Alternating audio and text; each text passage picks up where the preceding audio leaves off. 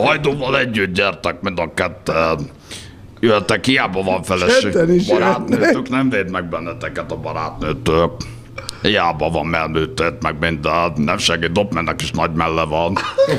Dedikálok, pultozok, táncolok, illetve táncolunk együtt, és hogyha jók lesztek, megmutatom, akire mindenki ki... Vagy nem? Nagyon jó haverunk, de most nem, mint egy pudingnak. De... Komoly ellenfél lenne a végvári? Figyelj, most én majd megmutatom az arcfél, bebaszok egyet, fél. Na, most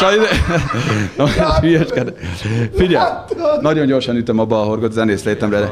Figyelj, Laci, végvárinak bebaszol. Az Árpa Attila apjával annó megbeszéltük, bement a Laci, fölkaroltuk a saját rajongónkat, aki úgy hívtak, hogy Majka. Egy fiú volt. És egy ózni srác, aki minden koncertünkön ott volt a mellpattanásaival, és ugye jött egy kozmetikus, kinyomta.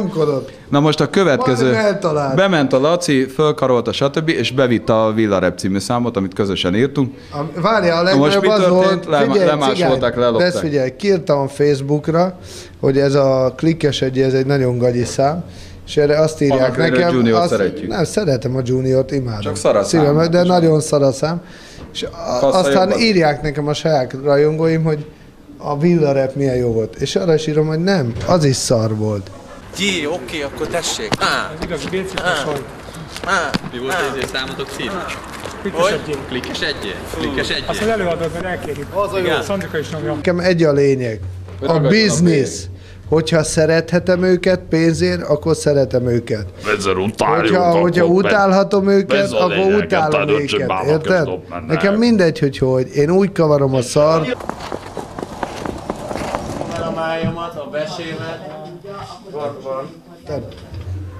De egy biztos, én tisztán látok, és engem nem lehet átbaszni.